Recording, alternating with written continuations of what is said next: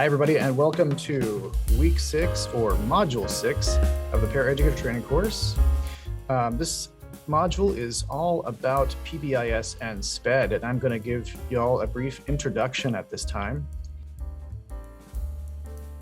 All right, positive behavior, interventions, and supports.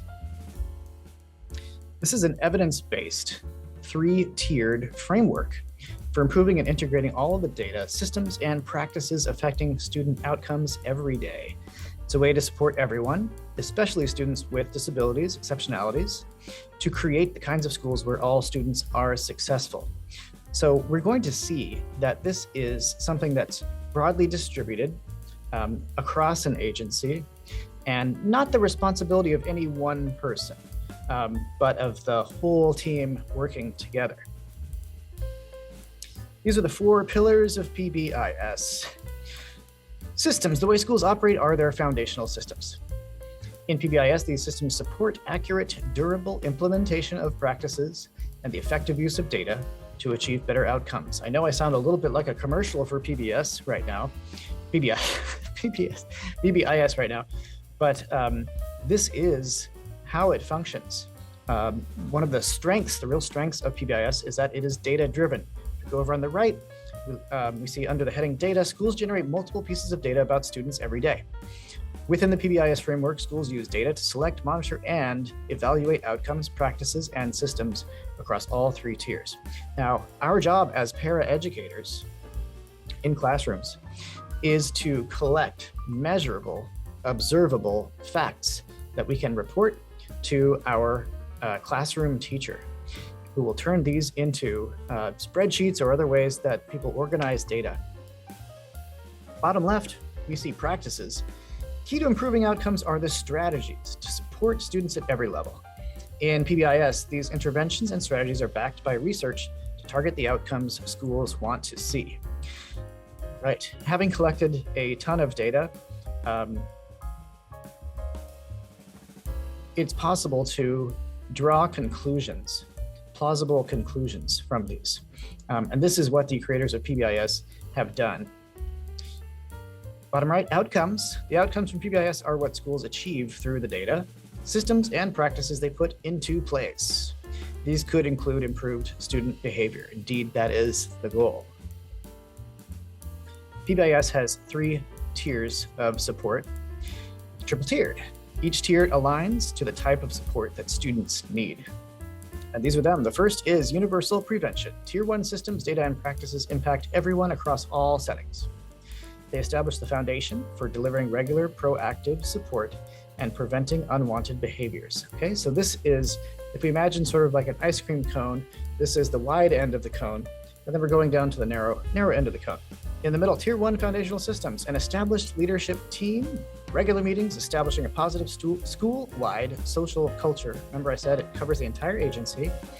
Ongoing use of data for decision-making, PD plans, professional development plans, and a personnel evaluation plan. On the right, we have Tier 1 practices. School-wide positive expectations and behaviors are taught as one of the practices. Established classroom expectations are aligned with school-wide expectations, like a continuous improvement plan or a school-wide learner objective plan.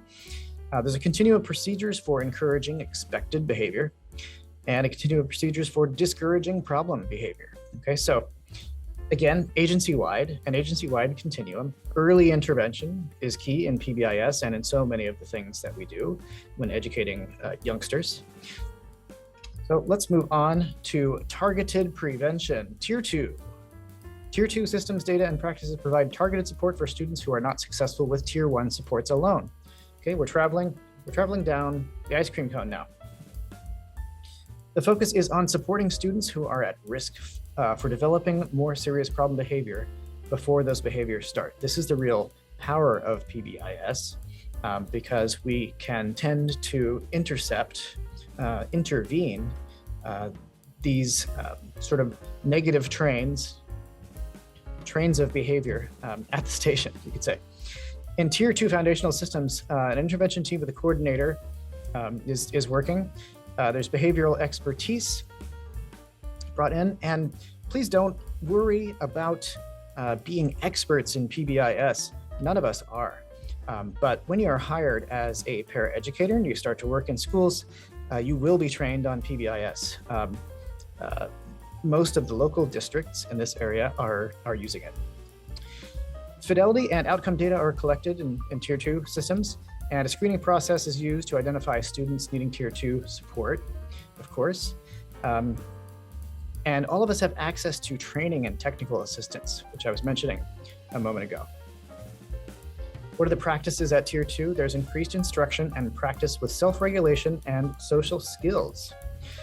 There's increased adult supervision, increased opportunities for positive reinforcement, right? We're not being punitive, we're being instructive.